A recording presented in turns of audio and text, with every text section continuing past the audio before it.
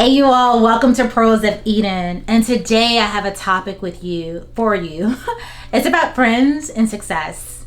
And what happens when the people that you expect to be the happiest for you are not. When the ones closest to you that you expect to celebrate you go silent. We're going to talk about that today because this topic is nothing new. But for many of you, as you're elevating, as you're arising and shining, and God is purposing you to do what it is that He's called you to do, well, that often means separation. I know. With great success comes separation. Either people are going to be drawn closer to you, or it's going to illuminate what was already there that maybe you didn't see, maybe you didn't have the eyes or the discernment at the time to notice. Maybe you overlooked it. Maybe you made excuses for that person. But as you grow in success and accomplishing the dreams that God has put before you, you will see that there are those who celebrate you. There are those who encourage and uplift you. And unfortunately, there will be those who are closest among you that pretend that they don't notice your success. So what do? How do you handle that?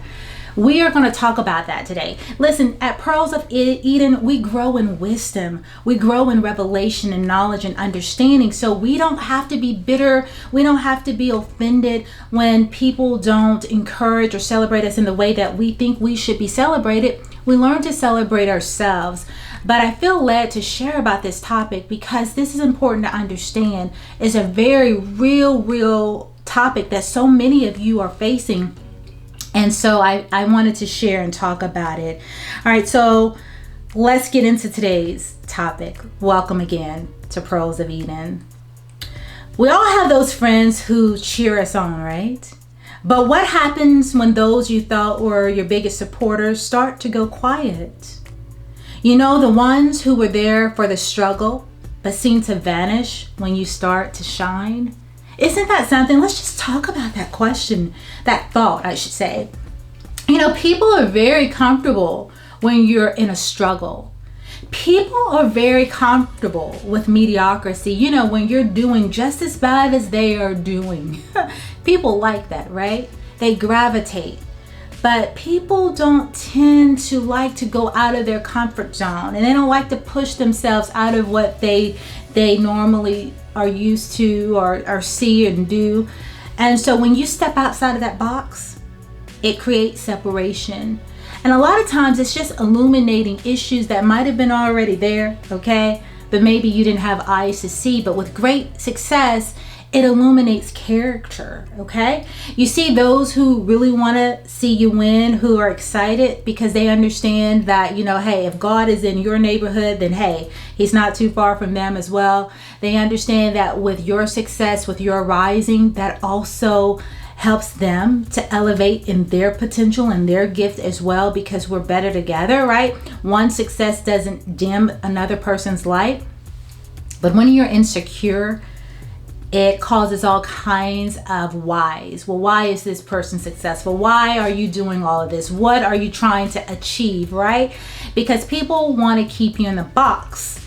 And when you step outside of that box, child of God, then you begin to see the true character of people and those around you. So, you know, we're going to talk about it because there's so much that I can say around this topic.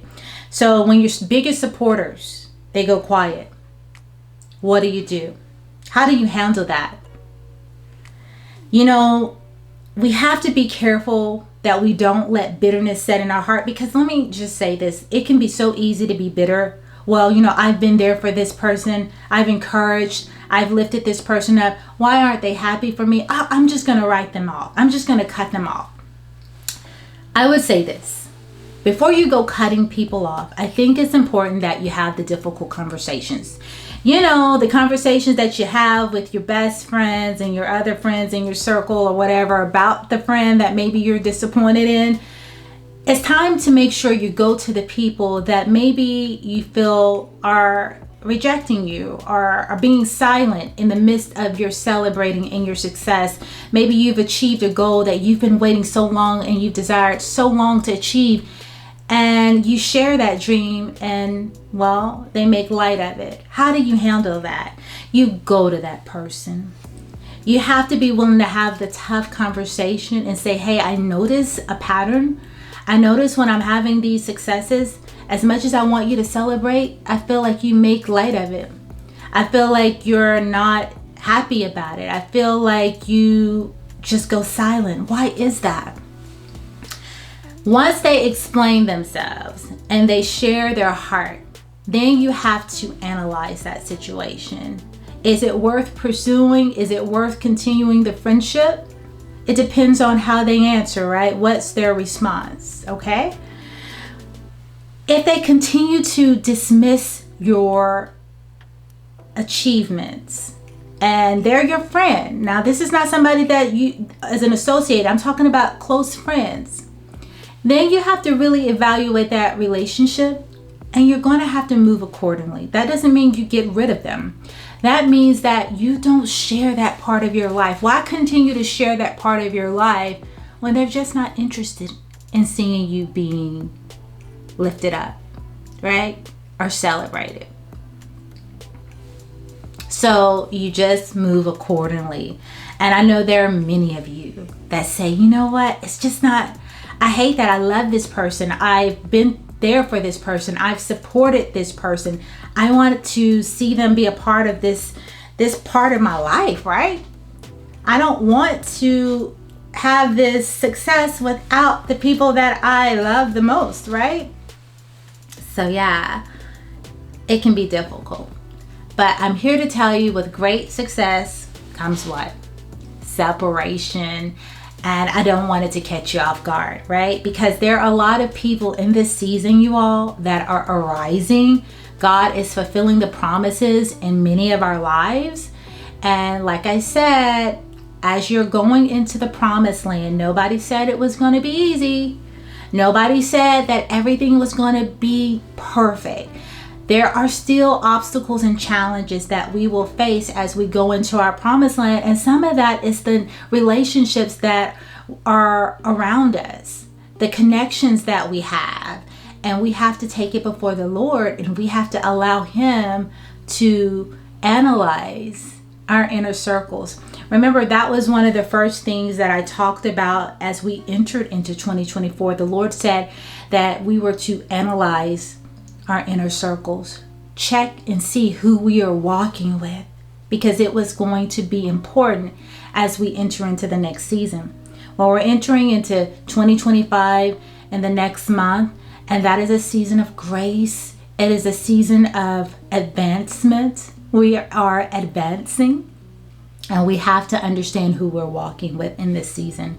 And I know it can be painful to make those decisions, but those are necessary to obtain the promise. Abraham had to separate from Lot before he became Abraham, and he obtained the promise. So recognize that none of this is new under the sun. There are no new patterns. These things are, constantly showing up, but they're just different players, different scenarios. But it's up to us to recognize it. All right. So remember, it's okay to outgrow relationships. It's a part of life. Somebody can be with you in one season, but that doesn't mean that they're going to be lifelong friends. So you have to understand that there are different types of friendships. There are seasonal friendships. There are friendships that we have because, hey, we are in close proximity. Our children play together, so we became friends. But then when they went on about their way and their path, there's a separation. That was a seasonal friendship, right? There are friendships like when you're at work, because you're in close proximity and you see this person every day. But when that season goes, so does that friendship. There are lifelong friendships that doesn't matter. The waves come, the earth shakes, but they are still there. But you just have to realize that there are different types of friendships. So it's okay to outgrow friendships. Surround yourself with those who celebrate your journey, not those who ignore it. Your success is a reflection of your hard work, and it deserves recognition. Listen, we as believers, we We want to uplift people. We want to encourage people. Your success, I take part of that as my success, right? I understand that if God did it for you, then he can do it for me. So as we uplift and encourage other people, God says that whatever you measure, it shall be measured back to you. So if you're over here insecure, you're over here trying to downplay other people's success, don't expect to have your own. All right? So it's really important that we understand spiritual protocols so that we're not out here in these streets acting, becoming our own stumbling block, I should say. Okay? So, like I said, the important thing is, we understand that people are at different spots and space and places in their life, and people are going through different things. And so maybe you're having this great moment of success and it challenges where they are, right? We've all been there. We see people succeeding and elevating, and maybe we're not there, but it challenges us to know how we have to go from outside of ourselves and to be happy for someone else, and to be able to recognize another person's success even when it's not our time, because God is building character within us. So we have to recognize and understand, just because it's not your season doesn't mean that it won't be. So for those of you who are like, well, when is it my time coming? I'm so tired of going to everybody else's wedding. I'm so tired of being the bridesmaid. I'm so tired of celebrating everybody else's promotion. When is it going to be mine? Check your heart. Check the posture of your heart. And know that as you celebrate and as you uplift and as you encourage, and you do so from a cheerful heart, God sees the heart, right? That God will bless you. But if you're out here basically begrudging people for their success in your heart, understand that God sees beyond the veil. And remember the spiritual principle of what you measure shall be measured back to you. So I hope that you all really enjoyed today's lesson. I hope that it makes you think. I hope that it encourages you, because I think so many people have found themselves in this position as they are having whatever success. It may seem little to you, or it may be monumental. It does, it hurts when other people do not acknowledge that success or play it small, because you count on your friends to be encouraging and to be a support system and to lift you up. And so when that doesn't happen, it's normal to feel like, well, why aren't you ever happy for my accomplishments? If you say you're a friend, right? Well, I guess to end this teaching, I want you to never let anyone dim your light. I want you to stay encouraged. I want you, if no one else celebrates your hard work and your achievement, I want you to celebrate yourself, right? It's important that you celebrate and you're grateful for all that God has done in your life. And God will continue to elevate you as you're grateful for what He is doing. But I just wanted to encourage you that with great success will come separation, and that's okay. Nobody realizes the talent and the gift most often until it is out here doing the doggone thing, right? And then everybody's like, well, I remember when, but such is life, right? All right, you all, thank you. Thank you so much for joining me at Pearls of Eden. Remember that, hey, I'm happy for you. I'm celebrating you. I want you to win. And if nobody told you, listen, I'm proud of you. Keep working hard. Keep going the course. Keep God first. And when you keep God first and you seek the kingdom and His righteousness, everything else, you all, is in the bag. All right, guys, I love you to life. Take care.